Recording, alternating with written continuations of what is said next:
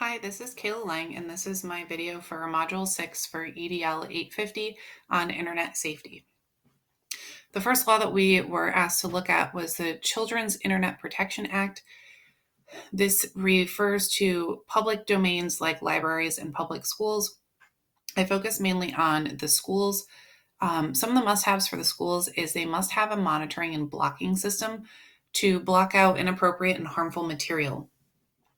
This needs to be a kind of internet-wide for their access point. And for minors, specifically in schools, they need to be able to monitor all activity of minors online. For the schools specifically, they also need to provide an educational class to teach kids how to use the internet appropriately, how to post things appropriately, how to find websites and not plagiarize, and know the difference between a harmful and a helpful website, things like that. For the COPA, the Children's Online Privacy Protection Act, this is another law that specifically targets students who are under the age of 13. So they are seen as the most vulnerable age group. And in order to be able to abide by this law, websites need to obtain verifiable parental consent for any of their users under the age of 13. And the verifiable, I think, is very important. They have to have a way that it's not just a 13-year-old saying or a 12-year-old saying that they are mom and that they give consent. They also, under this law, parents have the right to know what information is being collected from their child, how it's being used, and they're able to limit the access that information from the operator. So if they don't want certain information getting out or getting provided, they can limit that part. Operators cannot repeatedly ask for more information from a child. So the information that they collect has to be something that is completely necessary for them to be able to function correctly. They can't continue asking for further information as the system goes on. So if it's an online game, it can't be something that they come back and keep asking for more information to continue. It has to be something that's actually legitimate so that children aren't giving out information that they don't realize is being risky. And the site also must post operators' online notice of information practices on the home or landing page.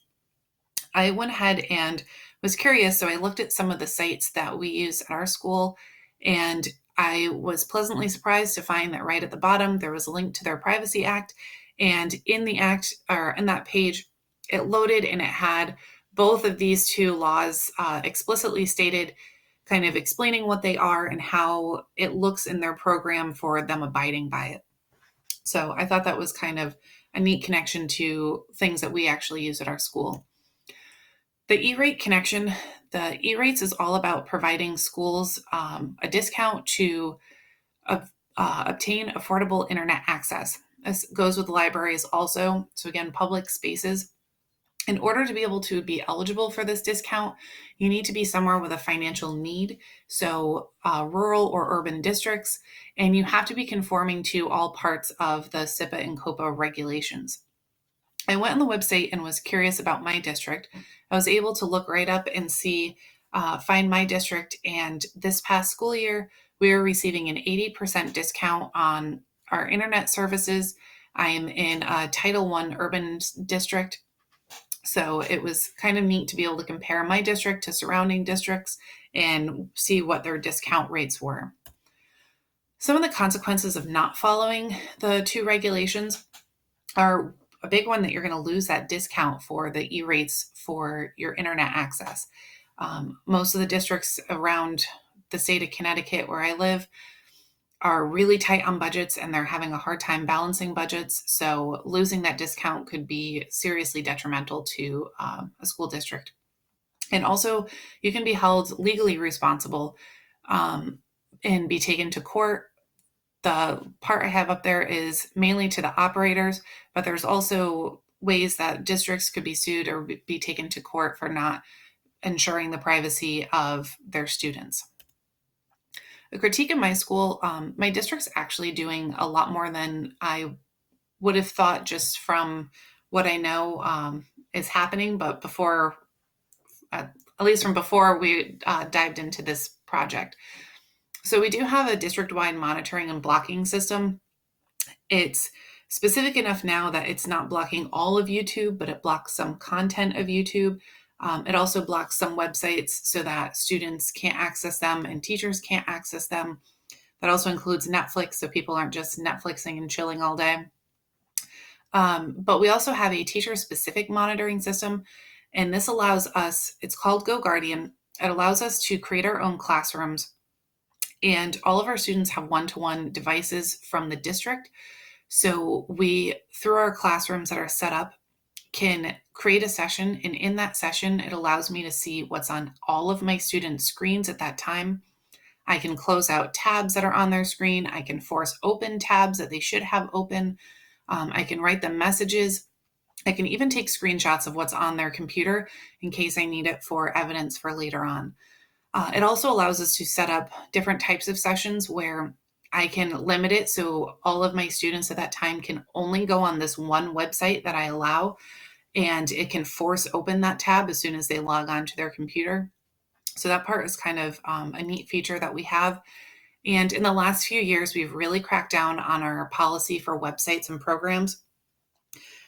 With the underage and the under 13, being a middle school, most of our students are under the age of 13. So they really crack down on what programs we can use and making sure that they verify them all. So we have a list of approved programs and sites. If there's anything that we want that's not on that list, we can send it to our IT and legal department, and they work together to ensure that that site is appropriate and it's legal for us to be able to use and have students sign into. If the students don't need to sign into them, then it's not as big of a deal because there's no collection of information as far as personal information. One area that our school district could really improve on, though, is our class to adhere to the internet safety. Right now, it's kind of only in 6th grade, they go once every 6 days to the library, and the librarian talks about plagiarism and how to properly cite things online. But that's a very small part of internet safety. And I think with our district giving out the technology to all of our students, it really is important for us to make sure that the students and their families are aware of safety protocols and how to safely navigate the web. For parents, what monitoring systems they could use at home and how they can kind of regulate what their students are using on a regular basis. So I think that's huge area for improvement that hopefully I'll see in the next few years in my district. For my reflection, I now understand why our district became so strict with the websites. It kind of got rolled out all at once of, hey, you can no longer do this, but didn't really explain why. So now seeing the laws and the legal side, it makes complete sense of why they're so strict and want to make sure that they're approving everything. It's not just because they want to have their hand in everything that you're doing teaching wise. And my district has come a long way in the last few years to improve on their monitoring and the safety aspects. We still have some areas of improvement to go. And the big one is safety on the internet. And when I was looking at the legal part, the definition of what that education should look like, it wasn't very elaborately spelled out. And I'm sure it's so that it can leave it up to the different districts to create their own curriculum. But I think that there needs to be a curriculum that's created and something that's a little more specific than just plagiarizing.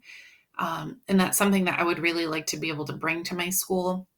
I'll have to create a project for a leadership group I'm in next year.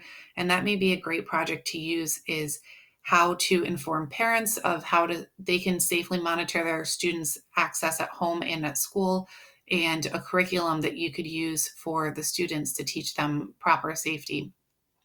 I also think that just communicating the laws and policies is important, and it's something that communication's always a giant error, or not an error, but a big lacking field for every job field that I've talked to.